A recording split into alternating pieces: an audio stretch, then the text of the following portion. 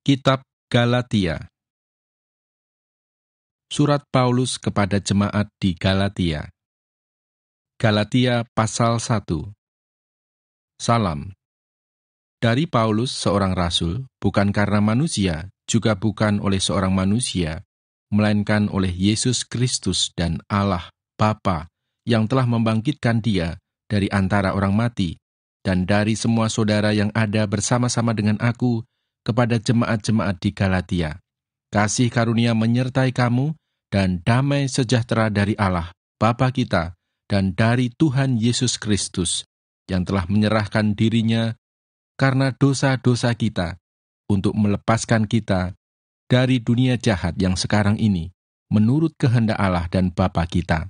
Baginyalah kemuliaan selama-lamanya. Amin. Hanya satu Injil.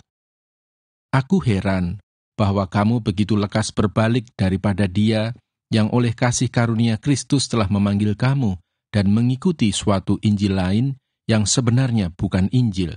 Hanya ada orang yang mengacaukan kamu dan yang bermaksud untuk memutarbalikkan Injil Kristus. Tetapi sekalipun kami atau seorang malaikat dari surga yang memberitakan kepada kamu suatu Injil yang berbeda dengan Injil yang telah kami beritakan kepadamu, terkutuklah dia.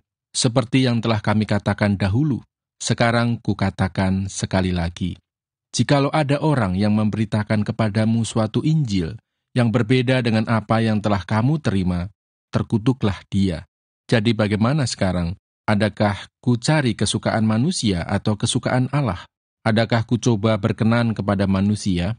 Sekiranya aku masih mau mencoba berkenan kepada manusia, maka aku bukanlah hamba Kristus. Bagaimana Paulus menjadi rasul? Sebab aku menegaskan kepadamu, saudara-saudaraku, bahwa Injil yang kuberitakan itu bukanlah Injil manusia, karena aku bukan menerimanya dari manusia, dan bukan manusia yang mengajarkannya kepadaku, tetapi aku menerimanya oleh penyataan Yesus Kristus. Sebab kamu telah mendengar tentang hidupku dahulu dalam agama Yahudi. Tanpa batas aku menganiaya jemaat Allah, dan berusaha membinasakannya. Dan di dalam agama Yahudi, aku jauh lebih maju dari banyak teman yang sebaya dengan aku di antara bangsaku, sebagai orang yang sangat rajin memelihara adat istiadat nenek moyangku.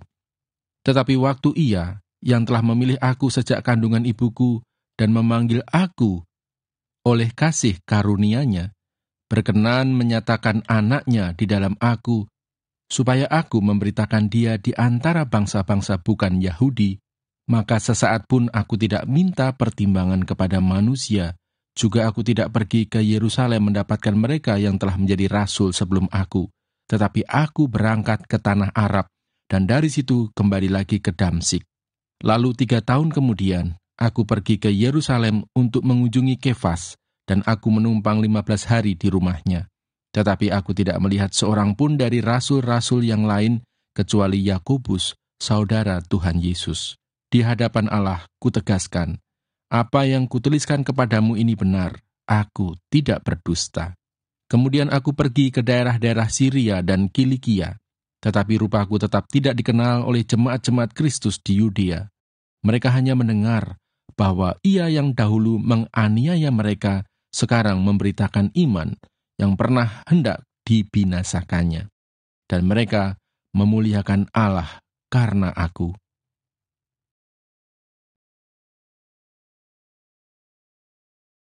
Galatia pasal 2. Paulus diakui oleh para rasul. Kemudian setelah lewat 14 tahun, aku pergi pula ke Yerusalem dengan Barnabas dan Titus pun kubawa juga. Aku pergi berdasarkan suatu penyataan, dan kepada mereka kubentangkan Injil yang kuberitakan di antara bangsa-bangsa bukan Yahudi, dalam percakapan tersendiri kepada mereka yang terpandang, supaya jangan dengan percuma aku berusaha atau telah berusaha.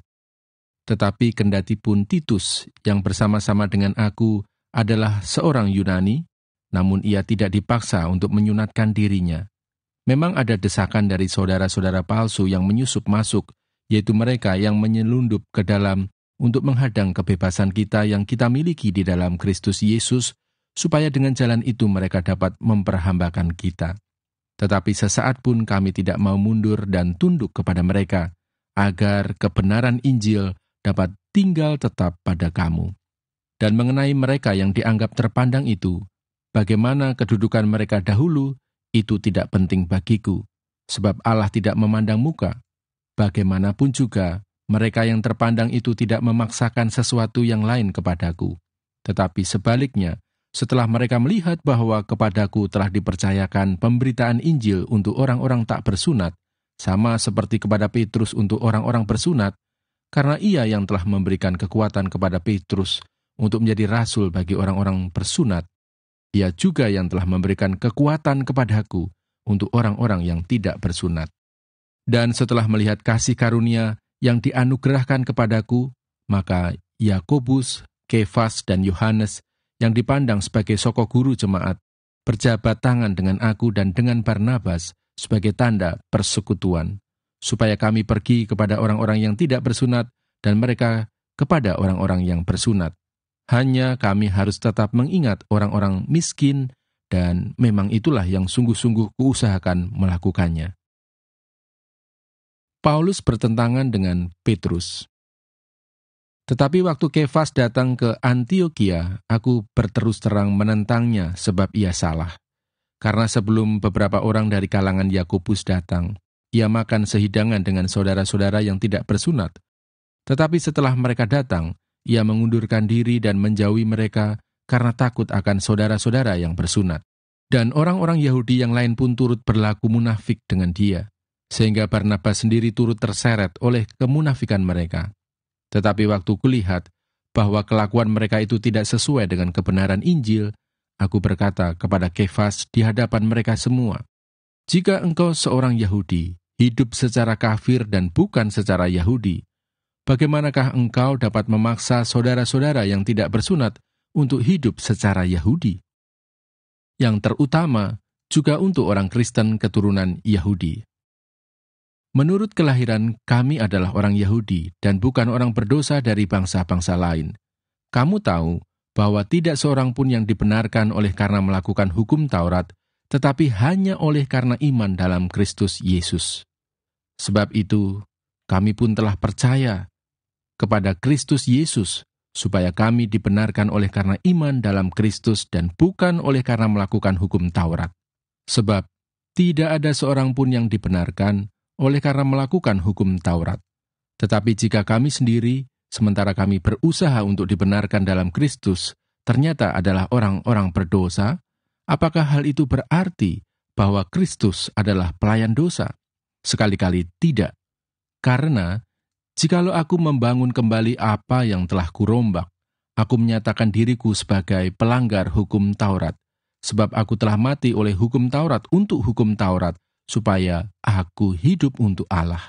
Aku telah disalibkan dengan Kristus, namun aku hidup, tetapi bukan lagi aku sendiri yang hidup, melainkan Kristus yang hidup di dalam aku. Dan hidupku yang kuhidupi sekarang di dalam daging adalah hidup oleh iman dalam Anak Allah yang telah mengasihi aku dan menyerahkan dirinya untuk aku. Aku tidak menolak kasih karunia Allah, sebab sekiranya ada kebenaran oleh hukum Taurat, maka sia-sialah kematian Kristus.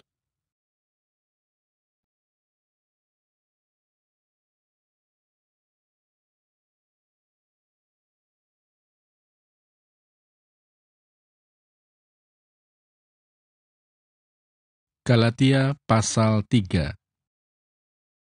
Dibenarkan oleh karena iman. Hai orang-orang Galatia yang bodoh, siapakah yang telah mempesona kamu?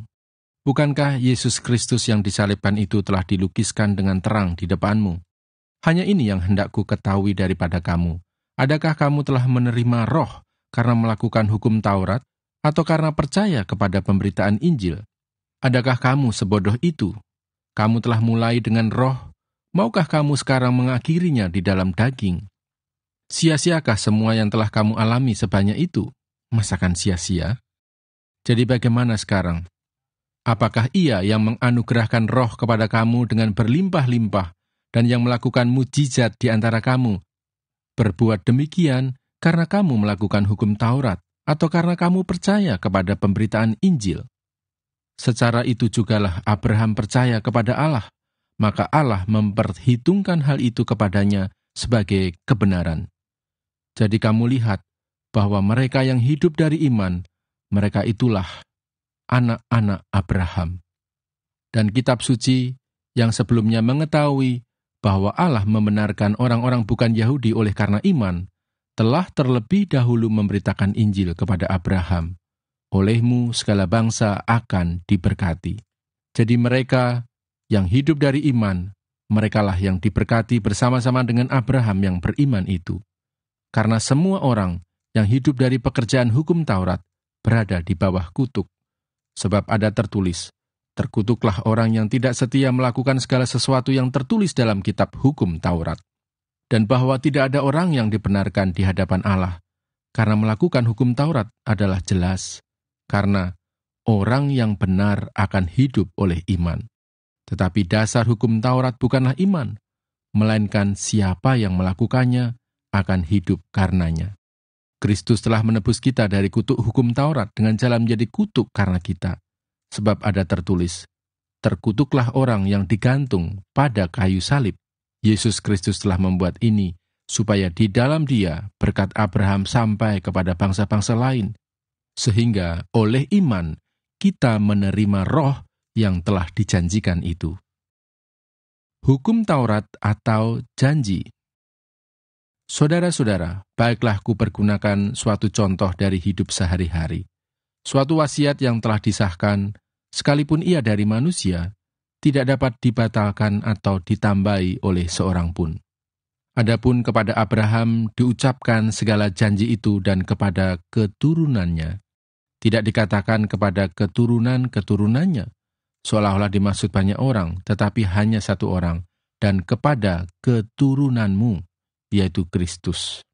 Maksudku ialah, janji yang sebelumnya telah disahkan Allah, tidak dapat dibatalkan oleh hukum Taurat, yang baru terbit 430 tahun kemudian, sehingga janji itu hilang kekuatannya.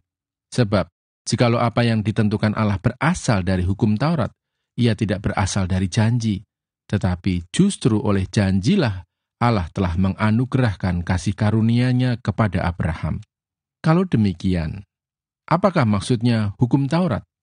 Ia ditambahkan oleh karena pelanggaran-pelanggaran sampai datang keturunan yang dimaksud oleh janji itu, dan ia disampaikan dengan perantaraan malaikat-malaikat ke dalam tangan seorang pengantara. Seorang pengantara bukan hanya mewakili satu orang saja, sedangkan Allah adalah satu.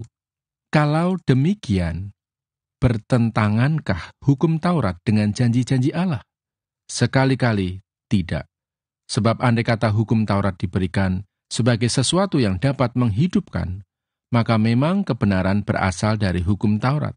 Tetapi kitab suci telah mengurung segala sesuatu di bawah kekuasaan dosa, supaya oleh karena iman dalam Yesus Kristus, janji itu diberikan kepada mereka yang percaya.